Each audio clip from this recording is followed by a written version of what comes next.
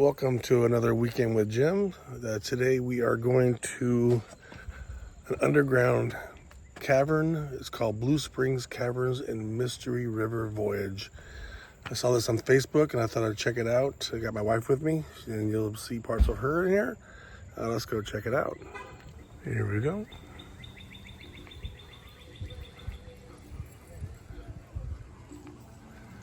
Get some music going on.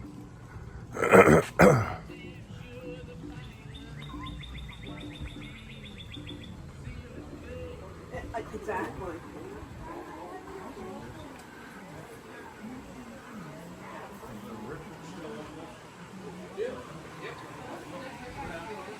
Okay, gonna get our tour tickets.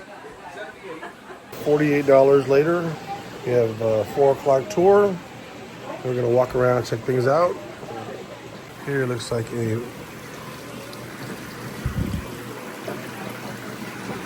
gold and mineral center. You get some rocks.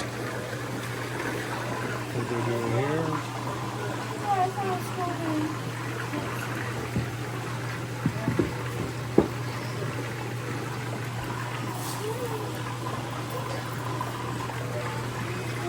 Pretty cool.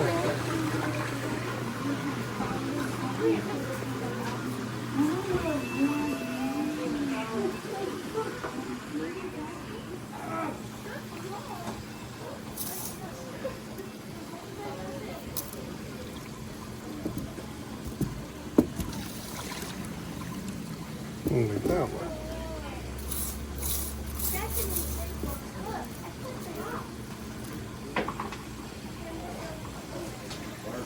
What will this be? Let's see what this is.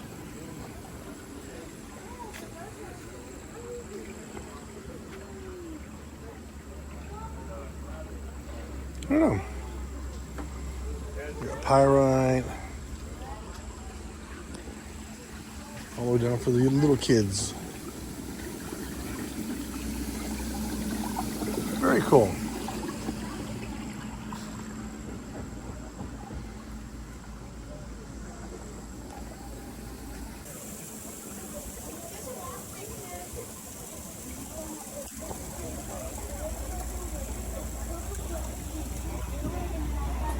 Go check out the gift shop.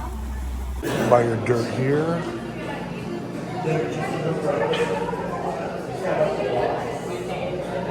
You go out there and take it through the water.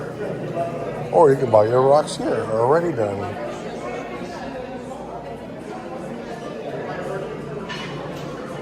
It's pretty.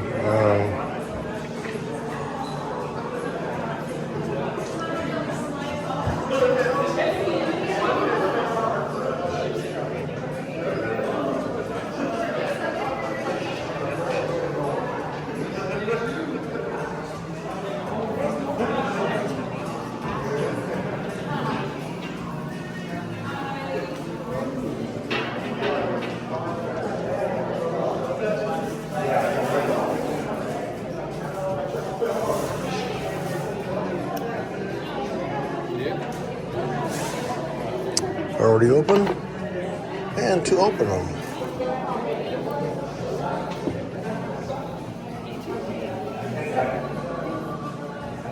A little bit of everything here. Fossils.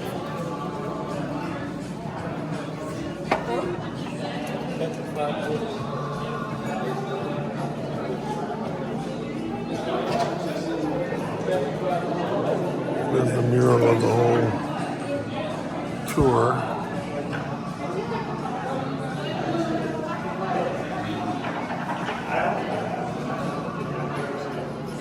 Yeah, I saw those. Isn't that neat? You can buy them already open, or you can open it yourself. Yeah. What do they cost unopened? $3.95 unopened, or $3.95 for a half already open. Do they break it here, or do you at home? Break at home.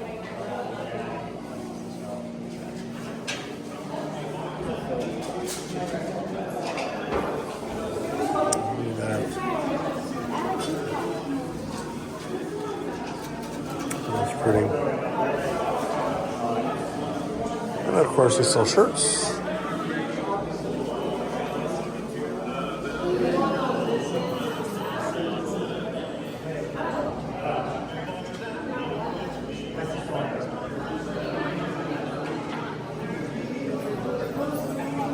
And a smaller map of the route.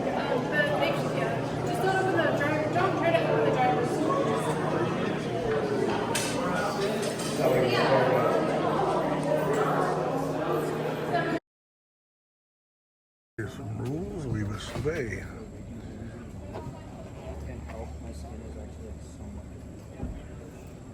Refrain from touching any formations. There's the entrance. I'm taking my skin. I'm taking myself. As we go down, feel free to take as much time as you need. There are handrails to either side that you guys can use as well.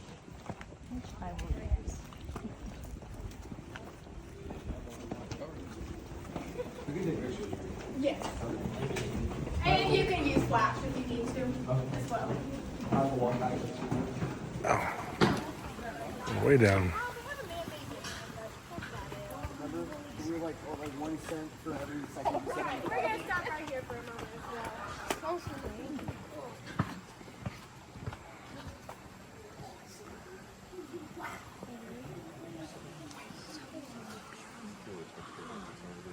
Alright, so I am going to stop you guys right here for a moment so I could talk about the history of the cave before we head in.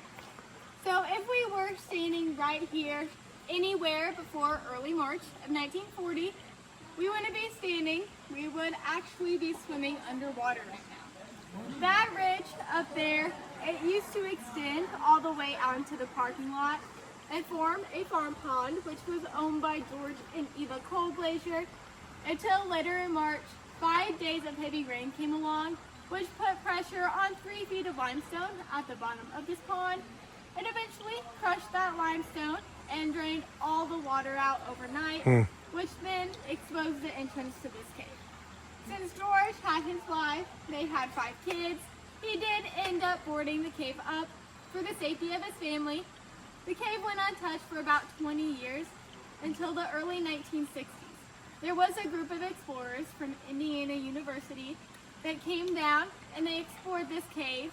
Over a span of 8 years, they mapped out 19 miles of this cave system. Now today we have 21.8 miles, almost 22, and we are still discovering even more. And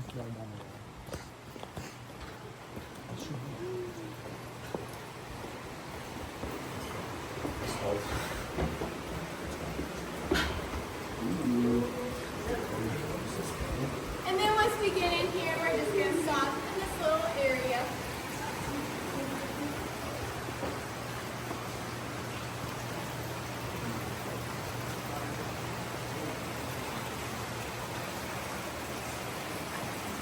So this area is what we call the twilight zone of the cave.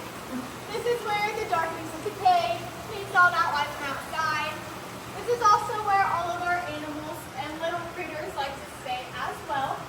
So we have birds, bats, salamanders, frogs, and crickets that will all come into this area. They usually don't make it much farther than this, and they only use this area as a temporary home as well. And then, if you guys look above us, you'll be able to find all of these formations that line the ceiling through here. Does anyone know what these formations are called? Yeah. No, but that's a really good guess. Just stalactites? Yeah, they are stalactites. So there is a difference between a stalactite and a stalagmite. How we remember the difference?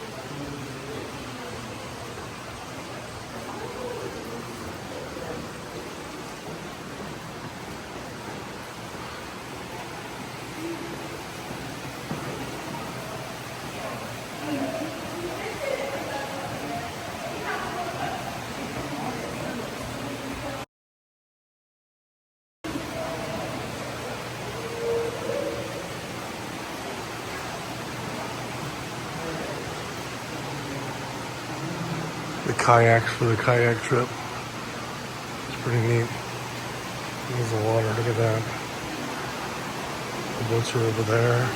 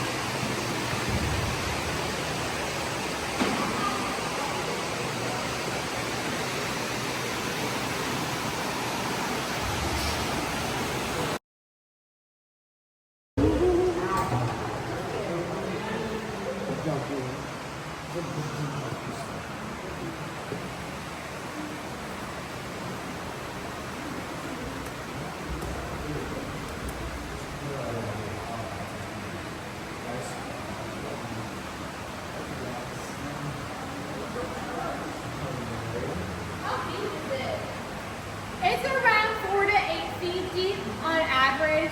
The deepest spot that we will come across on tour today is going to be 21 feet deep. And then the deepest spot that we have in our cave is located the opposite way to the boat docks. It can get a little over 40 feet deep back through that way.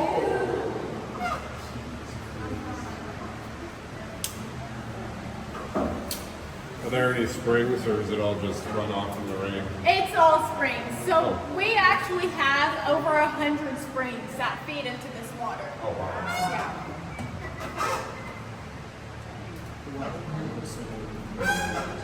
Does it flood pretty quickly when it rains? It usually doesn't flood too quick, but it can. If we have a lot of rain and we don't see any change in the water for a few hours, then that's how we know it will hit us all at once. And we actually had this happen about 5 years ago. We did see the water rise 12 feet in elevation in 40 minutes, with the current pushing at about 85 miles an hour. 40. Wow. So we have 15 square miles of drainage plain.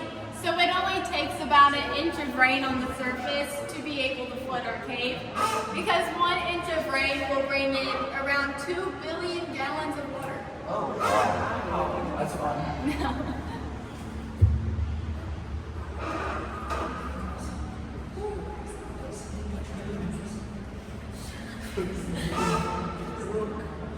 Can you see where the water line would be when it does flood? I mean, where would you say that would be? It just depends on how much rain we get. Usually, I would say if it floods in here, it will be around 4 to 5 inches taller than it is now. Oh, okay. So not too bad, but the current can get, not with it being that low, but we can see the current get to over 100 miles per hour through here. We are going to go under some low-hanging stalactites right here, so just make sure to watch your head as we go under. And please don't touch them, as tempting as it is. So those stalactites right there, the bottoms of them actually got broken down by the company Odyssey.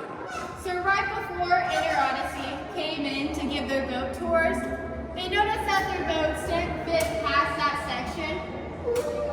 Instead of coming in with smaller boats or different tactics, they just thought it would be a good idea to come in with some sledgehammers and knock down those boats. Oh. Now they did knock down hundreds and thousands of years worth of growth. It takes a stalactite 100 years to grow 1 cubic inch. We are going to pass another tour here in a moment. As we pass them, we might get to play a little bit of bumper boats. No. Hey guys. Ahoy. Bumper boats. You just I say query, but nobody else says query, and no one understands what I'm saying when I say that. So this is our quarry room. And the reason we call it this is because it looks like we would have taken all of these blocks out ourselves, like we were in a quarry. Now all of this space is naturally cut Wow. by the process called chemical erosion. So with chemical erosion, when the water floods in the cave, there is a certain chemical in the water called calcium carbonate that will get in between the cracks in stone. It erodes the stone away, but then before it can even fall on its own, the water will rush so fast through this area, it will hit that back wall and break those chunks off, leaving all of those flat surfaces. Oh, that's so interesting. Like a knife cut. Yeah. Now, when a big chunk breaks off, do you guys have to remove it? Not usually, because the water's deep enough right there that it can stay beneath the water.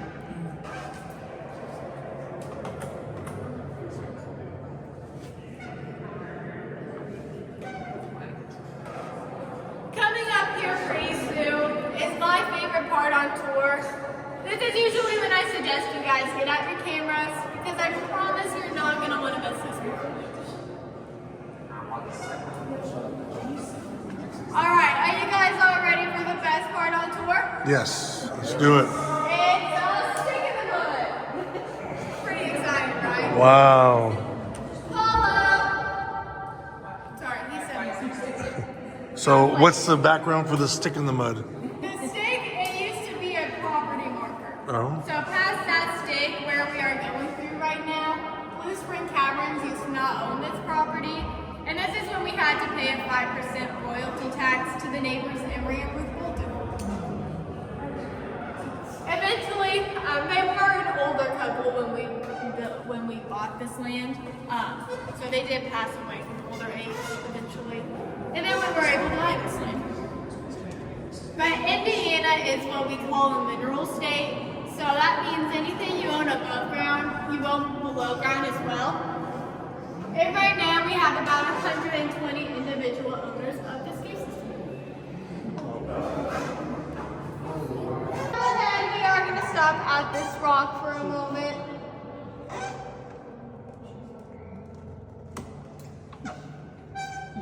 It's like a little beach.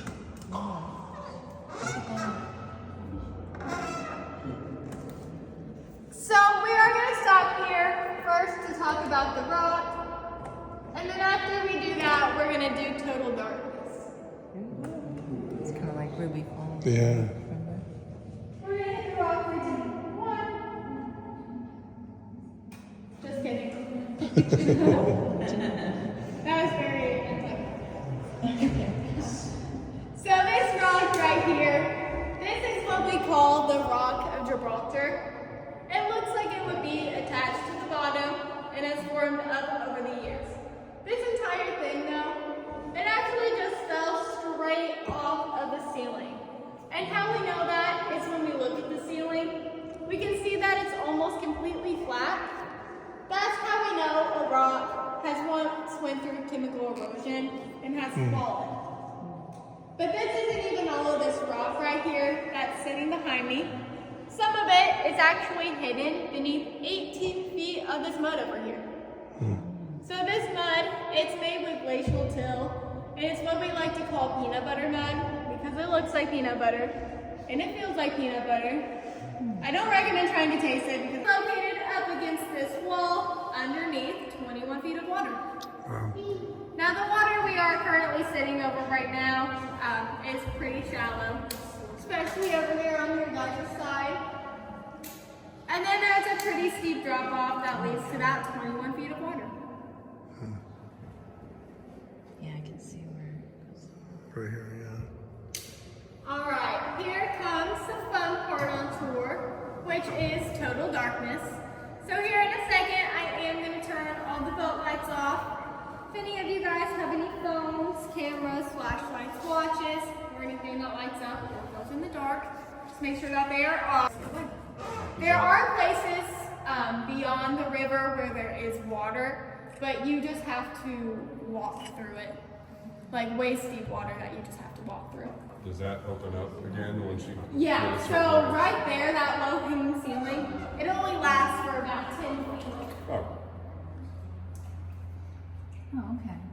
And then we'll get where we Yeah, the ceilings, they actually get past that 10 feet about as high as we're in right now. Okay. So That's it opens interesting. up pretty well. That's neat. That'd be cool when that opens up. Yeah. I am going to take you guys under this low hanging ceiling right here. Not to torture you, but as we go under, if you guys want to touch the ceiling, you are more than welcome to.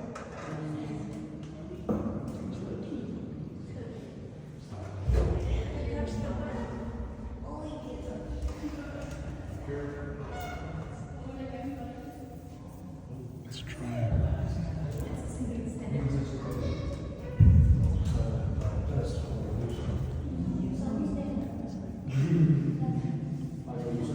Find a crevice and like hold the little back.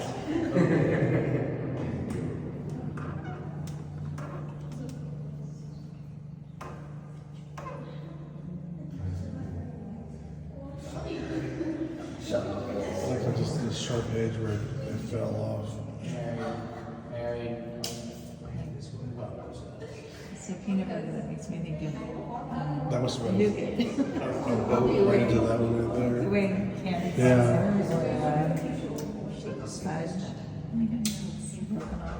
Right here is a really good example of where the two different types of limestone in our cave actually separates. Over here on this side, we have this line right here, and then we have that line on my side as well. Oh, yeah. So from that line on up is all what we call St. Louis limestone. This limestone has like a light brown color to it, but it doesn't really have much of a significance. I just like to mention it anyway. The bottom parts of the limestone is worth mentioning. That is what we call Salem or oolitic limestone.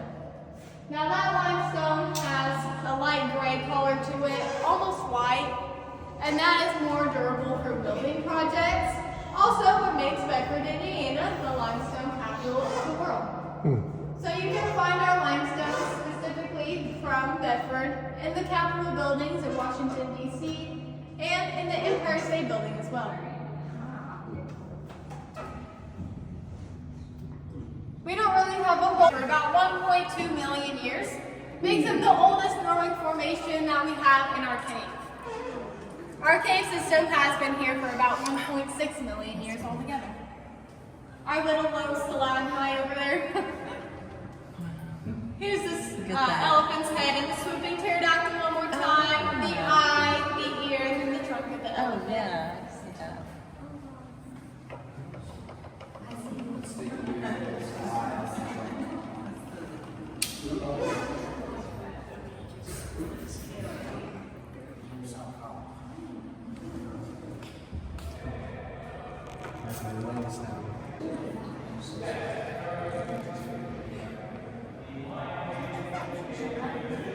I'll shine my light on them so we can prevent any cave concussions today.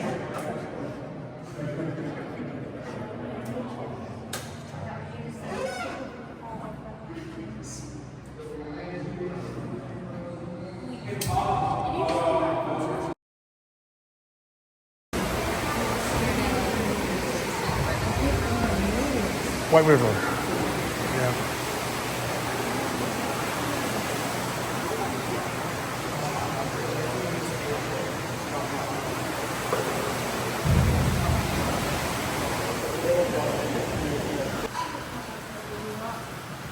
There we go to the end of it. Going back up the hill.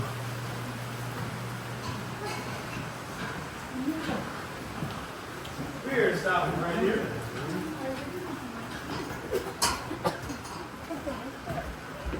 That was a really amazing tour. It's $24 each.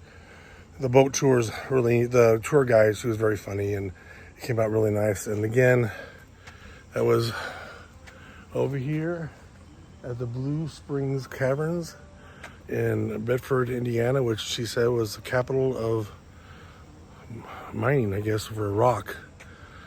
So anyways, thanks for joining me. If you like this video, I have a lot of other videos. If you want to go ahead and thank you, give me a thumbs up. And if you have your first time here, subscribe and catch you next time. Thanks a lot.